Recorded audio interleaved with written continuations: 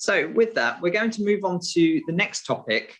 And this topic is about supplements. So we know that often there are health products or supplements that may be advertised, or people will talk to you about them and suggest that they're good for certain conditions such as inflammation or autoimmune conditions. So there's a number of questions about particular supplements and what role they might have in diet and the management of conditions like lupus.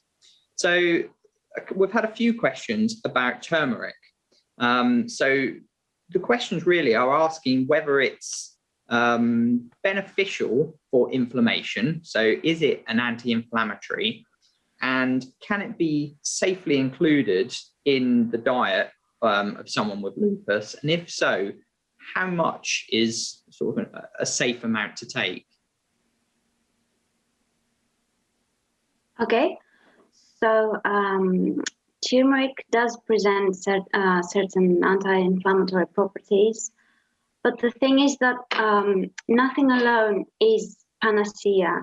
Actually, it's the combination of many things, many elements, nutrients, lifestyle habits, medication, of course, that could be meaningful. So in other words, I would say make sure that you adopt a holistic approach to the treatment of your lupus, as well as a healthy lifestyle. And let's examine everything as part of this more general approach rather than, each thing separately. So yes, turmeric is healthy. It's quite nutritious, but do not rely entirely upon it. It's just a piece of the puzzle. Feel free to add turmeric to your diet, especially if you're in the process of cutting down on salt and you're looking for something to add some flavor and some taste.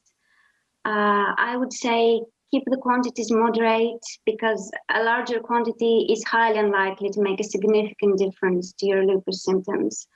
And it may even make your food taste funny. So I think there is a question about supplementation as well. So can I answer it now? Okay.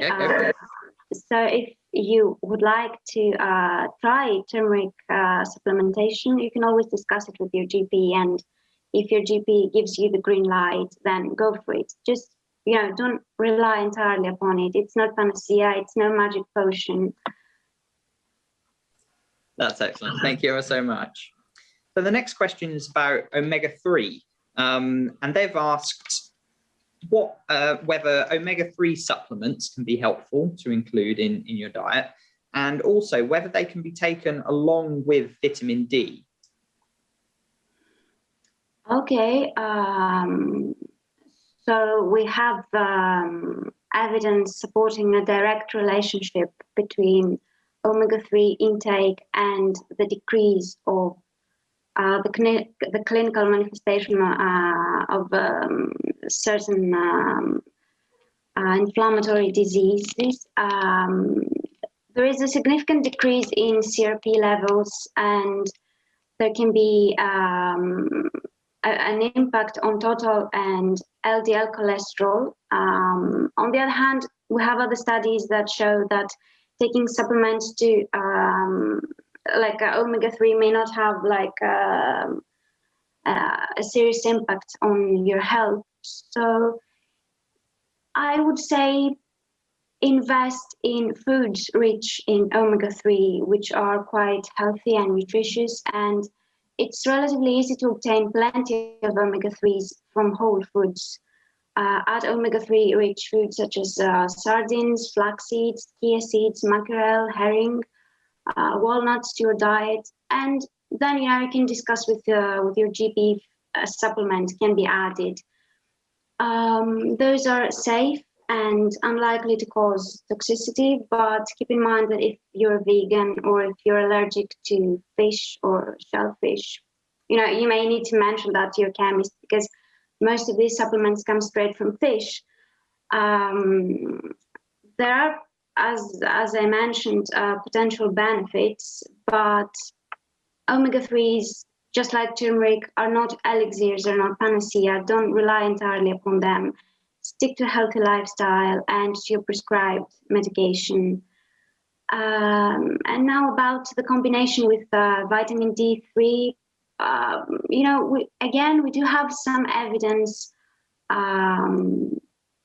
that this combo could be beneficial, but again, do not expect this to result in dramatic improvements in your health. As long as you receive both your vitamin D supplement and your omega-3s throughout the day, it's fine. Don't stress about the rest. Brilliant. So you were talking there about the difference between having sort of food sources for these important nutrients and the role of supplements. So somebody else, they asked whether if your diet is good, is there any need for additional vitamin and mineral supplements, such as vitamin D and calcium?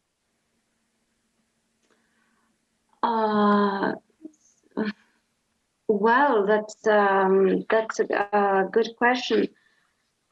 Well, to answer that question, I think I would have to split it into two. Question number one is, if you're following a healthy diet, can you possibly develop deficiencies? Yes, it is possible. So in that case, you may need to discuss this with your GP and see if a supplement is needed. And question number two is, if you do not have deficiencies, do you need supplements? The answer to this is that in certain cases, your GP may prescribe a supplement mainly for prophylactic reasons, such as, the first example that comes in mind is pregnant women that are prescribed folic acid, and they may, there are other cases as well. The thing is that they do give this to you because to avoid a risk of developing a deficiency, which could be totally detrimental.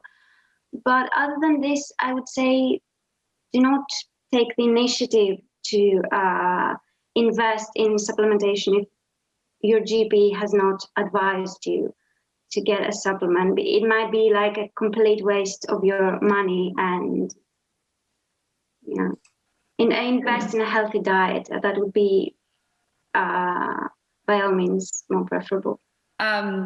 So I think I really liked Eleni's answer to that. And I thought it was great that she brought up kind of the pregnancy and the folic acid, because indeed, sometimes we are in times in our lives, or maybe we're going through illness where we're using a lot more nutrients than we otherwise would. So one example is when we're sick, right? So when we're sick, we're actually using a lot of zinc in order to try and combat that illness and fight the virus. And so maybe when we're using a lot of zinc, you may consider, but it's not necessarily a thing, that you may want to replenish a little bit of zinc in your diet. So when there is increased needs, like in pregnancy, for example, we can replenish. The only other supplement that I wouldn't say everybody should take it, but I would say could be beneficial for a particular reason is magnesium.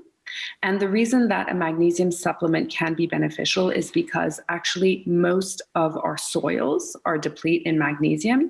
So even if you are following a healthy diet that is high in magnesium-rich foods, which tends to be leafy green vegetables, actually coffee, dark chocolate, and so on, a lot of legumes as well, you may still not be getting adequate magnesium amounts. So that is something that I found that certain people actually find that it's really helpful. It helps them with sleeping. It calms them down. And so that's just a thought for some people who want to maybe optimize a little bit. Great. Thank you ever so much for adding that.